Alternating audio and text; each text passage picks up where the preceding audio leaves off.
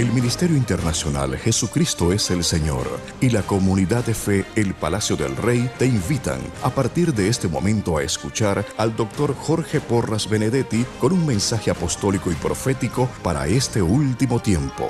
Al escucharlo, Dios levantará en ti una nueva generación profética para establecer su reino sobre la faz de la tierra. Escucha con atención lo que Dios tiene que decirte.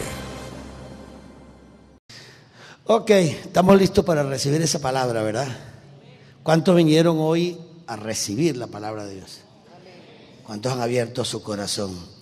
Usted sabe que cuando nosotros estamos frente a la palabra de Dios y estamos abriendo nuestro corazón al Señor y permitimos que la palabra cumpla su propósito, la palabra de Dios va a ser de nosotros algo grande. Lo que la palabra dice que ella hace se va a cumplir en usted cuando usted la obedece, porque la palabra de Dios trabaja con principios, con leyes. Amén. Entonces quiero que abra su corazón, quiero que se disponga a recibir todos estos días que he estado acá en Venezuela, en los lugares que he estado, en las ciudades que he ido.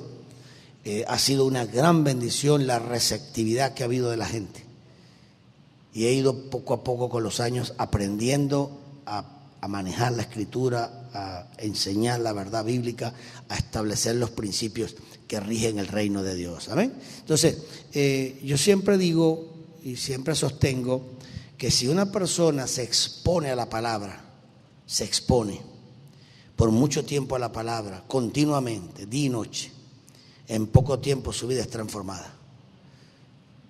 Porque lo único que puede penetrar a lo más profundo de tu mente, que sería el inconsciente, es la palabra de Dios. Lo dice la Biblia en Hebreos 4:12. Nada puede penetrar, y solamente la palabra de Dios, que penetra no solamente en lo más profundo de tu mente, sino aún en tus tuétanos, donde se produce la sangre, en el mero medio de los huesos.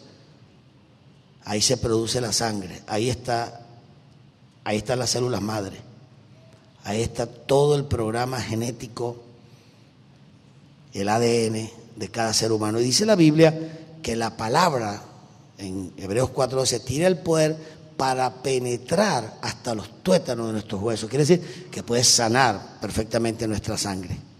Y cuando la sangre, que es la vida, representa la vida, está bien, todo el cuerpo funciona bien. Entonces, por eso es que es tan importante cuando estamos acá, el abrir nuestro corazón y el creerle al Señor por grandes cosas. Amén. Bueno, vamos a entrar en la palabra. Bendiciones a todos. Hoy quiero compartirles la importancia de honrar las leyes de Dios. Escuche bien, la importancia de honrar las leyes de Dios. Si usted hoy, a través de esta enseñanza que le estoy dando, a través de la televisión, de la radio, de nuestro canal en YouTube, usted solamente tiene que colocar, para los que están en la televisión, solamente tiene que colocar en YouTube Apóstol Jorge Porras. Más nada, Apóstol Jorge Porras en YouTube. Y usted puede ahí entrar al canal, se suscribe, le da la campanita y usted tiene las notificaciones. Y no importa dónde yo esté, si estoy en Europa, si estoy en Norteamérica, en Sudamérica, si estoy en China, donde esté.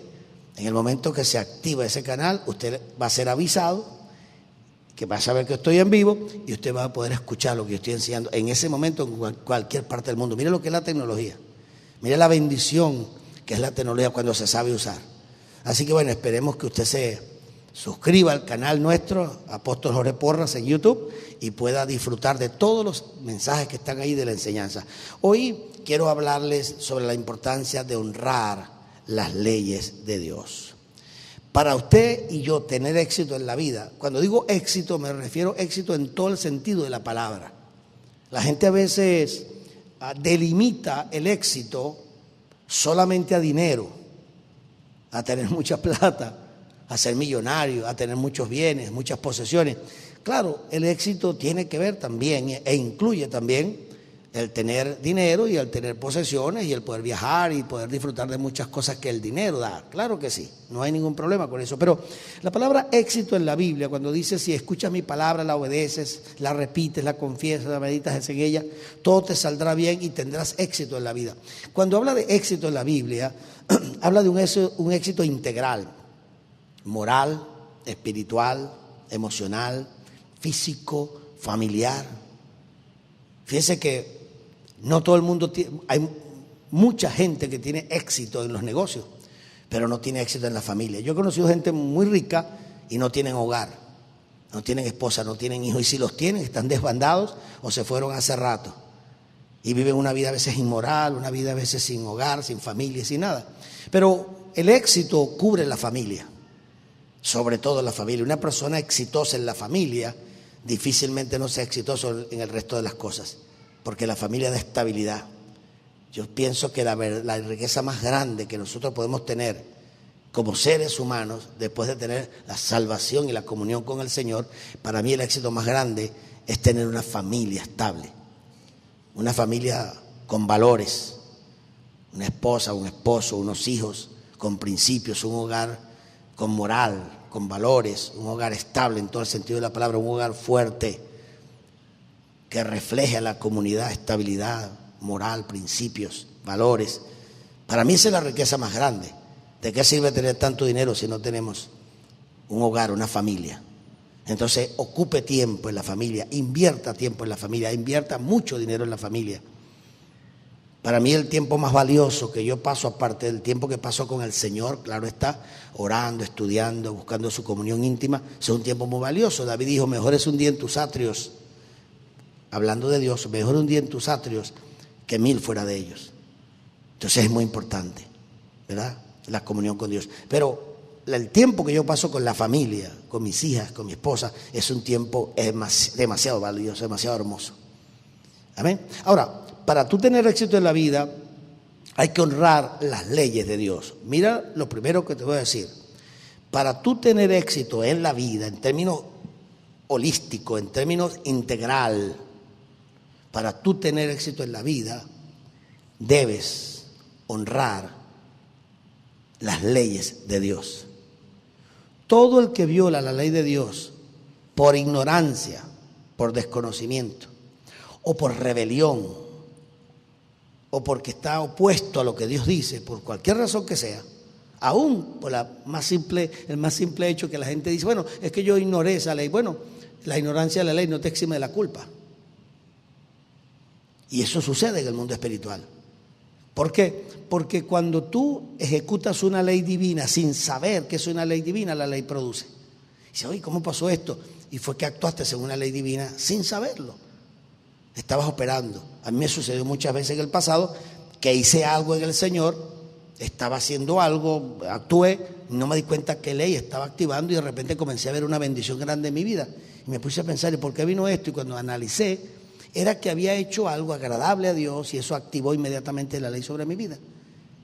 Y empecé a darme cuenta que había algo muy poderoso en las leyes de Dios. Un día tomé un libro en las manos, escrito por un famoso hombre de Dios, ministro de Dios, y hablaba de las leyes de Dios. Ya al leerlo me impactó grandemente y por ahí comencé poco a poco a revisar esos grandes principios y leyes que rigen el reino de Dios y hasta el día de hoy he aprendido mucho y me ha servido de mucho. Entonces, para tú tener éxito en la vida, tienes que honrar las leyes de Dios, porque si las deshonras, yo tengo un principio que lo he repetido muchas veces: dime a quién tú has deshonrado y te diré por qué estás fracasado. Dime a quién tú has deshonrado, o qué ley has deshonrado, o a qué persona has deshonrado, y te diré por qué estás fracasado. Por el contrario, dime a quién tú has honrado, y te voy a decir por qué estás en victoria, por qué tienes éxito en la vida. Es un principio infalible, no falla. Ahora bien, cuando hablamos del Evangelio, para aquellos que me están escuchando y viendo a través del canal o de la radio, me están escuchando, y los que están aquí en vivo, présteme mucha atención en lo que voy a estar diciendo, porque voy a hablar de principios, de leyes. Y Cuando yo reviso acá las notas que Dios me dio para este día, el Señor me mostraba que el Evangelio tiene dos partes. Una parte es la persona de Jesús, de Yeshua, Él como persona, y sus principios y sus leyes. El Evangelio tiene dos partes fundamentales. La persona de Jesús, de Yeshua. Y usted dirá, ¿por qué usted no menciona a Dios el Padre o a Yahvé? Bueno, porque dice la Biblia en el Nuevo Testamento, y está establecido también en el Antiguo Testamento o la Tanakh, que Él le entregaría todo poder, autoridad, dominio y señorío a su Hijo Yeshua HaMashiach, a Jesucristo. Le daría todo el poder y la autoridad. Y ahora mismo, según la Biblia, el Padre le entregó ya, hace 2000 años, toda autoridad, poder, dominio y señorío a Jesús, ¿correcto? Entonces, cuando hablamos del Evangelio, está Jesús, Yeshua, en hebreo, es su nombre original, está Jesús y están sus leyes y sus principios. La Biblia no es un libro religioso. La Biblia es un libro de leyes y de principios que rigen el universo, el reino de Dios, la tierra, su vida, mi vida, rige todo lo que ha sido creado y existe. Cuando el hombre cae de la gracia de Dios y quebranta la ley de Dios en el huerto del Edén, que está establecido allí en la Biblia, comete iniquidad contra Dios. Ni siquiera pecado. Pecado es hijo de la iniquidad. Comete iniquidad. Iniquidad es cuando tú te levantas en contra de la ley establecida por Dios y comienzas a operar en una ley antagónica a la ley de Dios. Te rebelas en contra de la ley de Dios y te estableces, como se dice, en la acera del frente, en el lado opuesto de donde está Dios, en el lado opuesto de la historia, dicen otros. ¿Por qué? Porque la iniquidad, aparte de ser maldad, perversión, corrupción, va en contra de los principios de santidad y de los principios que rigen el reino de Dios. El hombre comete iniquidad violando, quebrantando la ley divina y poniéndose en contra de Dios y estableciéndose en una ley antagónica, opuesta a la ley divina.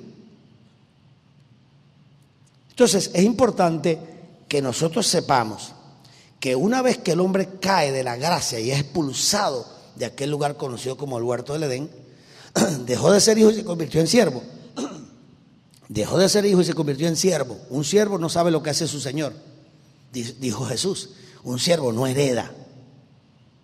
Nosotros tenemos una identidad dada por Dios cuando conocemos al Señor, cuando le entregamos nuestras vidas y aceptamos a Jesús como Señor y Salvador, porque Él murió en la cruz, llevó la iniquidad del hombre, pero al tercer día resucita, vence la iniquidad, sella el pacto de redención con su propia sangre, según estaba establecido en la Biblia, cumpliendo la ley divina, y entonces aceptamos al Señor como Salvador, como nuestro Señor. En ese momento nacimos de nuevo y la vida de Dios vino a morar en nosotros y el espíritu de iniquidad que estaba en nosotros es quitado y el espíritu del Señor es puesto en nosotros. Y dice que somos participantes ahora de la naturaleza divina. Y es por ello que podemos ver, entender y tener comunión con el Señor. Pero cuando el hombre cae de la gracia, esta ley se revierte y el hombre pierde la comunión con Dios. Su naturaleza es transformada en el sentido opuesto que fue transformada la nuestra. La nuestra tenía la iniquidad, recibimos a Jesús, Jesús saca la iniquidad y nos da la vida de Él. Adán lo hizo al revés, él tenía la vida de Dios, pero quebrantó la ley divina, la iniquidad entró, igual que sucedió con Satanás, conocido famosamente como Luzbel. Se halló maldad e iniquidad en él. Eso es un tema bien interesante y profundo. Entonces, cuando Adán entra en él la iniquidad, porque quebranta la ley divina, es expulsado y se convierte en siervo. Dejó de ser hijo para ser siervo. Un siervo es uno que ha caído de la gracia de Dios. Un siervo es uno que no conoce a Dios. Jesús dijo, yo no os llamaré más siervos, porque un siervo no sabe lo que hace su Señor, no conoce al Señor. No lo dije yo. Yo sé que el concepto que acabo de emitir para muchos pastores y teólogos dicen, ¿qué acaba de decir este hombre? Si Pablo dijo que él era siervo del Señor. Ya te lo voy a explicar. Entonces, Jesús dijo, Jesús, no yo, un siervo no conoce a su Señor, no sabe lo que hace su Señor. Yo no os llamaré más siervos porque un siervo no hereda el reino de Dios. Entonces, si no hereda el reino de Dios, porque está en pecado. ¿Qué indica eso? Que cuando se usa la palabra siervo en el Nuevo Testamento hay que tener cuidado, porque en el texto griego se traduce, yo Pablo, siervo del Señor, eso está mal traducido. Es un problema lingüístico, no es un problema de la Biblia es infalible, yo no la estoy corrigiendo. Lo que pasa es que hay traducciones de traducciones y termina la Biblia diciendo algo que Dios no dijo. La palabra siervo es la palabra doulos del griego, y esa palabra doulos no significa siervo, significa esclavo. Y un esclavo y un siervo son diferentes. Pablo dijo, yo soy esclavo del Señor, no siervo. Y un esclavo es uno que ha sido comprado por precio y le pertenece al amo. Cuando el Señor nos redime, la palabra redención en la Biblia indica que se pagó un precio por nuestro rescate, y quien pagó el precio nos posee. Somos de su posesión. Cuando alguien compraba un esclavo en aquellos tiempos de la venta de los esclavos, sobre todo en aquellos siglos allá, los primeros siglos de nuestra era, alguien compraba un esclavo y ese esclavo se convertía en propiedad de su amo. Pero ese amo que había comprado ese esclavo le tenía que dar casa, asegurarle la salud, darle comida, darle ropa, darle su mantenimiento, porque era su propiedad. Un siervo no tiene esos derechos. Por eso Pablo dice, yo soy esclavo del Señor, porque Él me compró por precio y Él se encarga de mí. Yo soy su responsabilidad. Y Él como rey me compró y ahora yo le pertenezco a Él y Él tiene cuidado de mí. Una vez que el Señor nos compró por precio y nos compró como esclavo por precio y nos hizo su propiedad. Entonces dice la Biblia que hay algo más ahora profundo. Dice que a través de una ley, que algún día se la voy a explicar, se llama la ley de la adopción. Porque la Biblia es un libro de leyes. Toda la Biblia es leyes. Y hay una ley que es de adopción. Siendo esclavos, solamente una vez que eres esclavo del Señor, porque Él te compró por precio, el sentido de esclavitud es muy diferente a lo que tú piensas. Una vez que te compró como esclavo, entonces activó la ley de adopción y te hizo hijo. Entonces nosotros somos, en nuestra identidad, somos hijos de Dios, no siervos de Dios, porque un siervo no hereda. Sin embargo, nuestra identidad es ser hijos del Padre Eterno, pero nuestra función es servir. No es nuestra identidad la servidumbre, es nuestra función servir. El Señor dijo, yo no he venido a ser servido sino a servir. Eso no lo hacía Él caído de la gracia, porque Él estaba cumpliendo una función de servir. Una cosa es servir y otra cosa es ser servidumbre. Mucha gente sirve, pero no es servidumbre. Entonces no mezcles una cosa con la otra. Ahora bien, entendiendo ese gran principio, que cuando Pablo dice yo soy siervo del Señor, él dice yo soy esclavo del Señor, fui comprado por precio, le pertenezco a Él, es una cosa. Entonces nosotros somos hijos de Dios, pero le servimos al pueblo y le servimos al Señor. Pero el título de siervo hay que tener cuidado, porque nos desvía totalmente de la ley divina. Entonces, el Evangelio no es una religión. El Evangelio es Jesús, que es el Salvador. El Evangelio es Jesús, que nos da vida eterna, y el Evangelio son leyes. Ahora, cuando el hombre cae de la gracia del Señor, como cayó Adán, se convirtió en siervo, quedó desheredado, separado de Dios.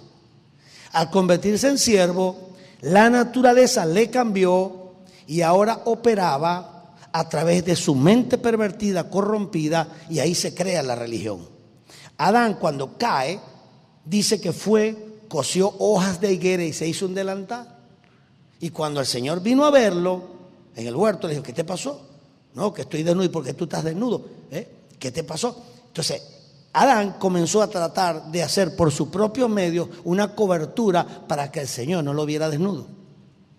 Esa es religión. Religión es lo que el hombre cree que debe hacer, piensa que debe hacer para agradar a Dios. La caída del hombre de la gracia inició el período de las religiones del mundo.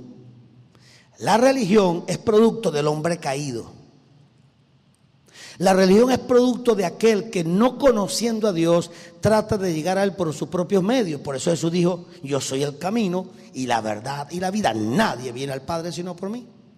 Entonces, quien practica una religión, cualquiera que sea, porque la gente dice, todas las religiones llevan a Dios.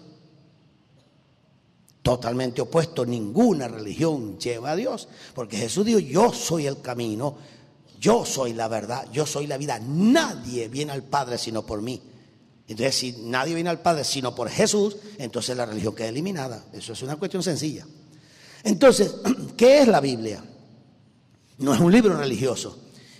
Diga conmigo: la Biblia es un libro de leyes y de principios que gobiernan el universo, que gobiernan el mundo este donde vivimos, que gobiernan los aires, que gobierna nuestro cuerpo, que gobierna nuestra mente. O sea, tiene el poder para hacer todo eso, porque son leyes divinas.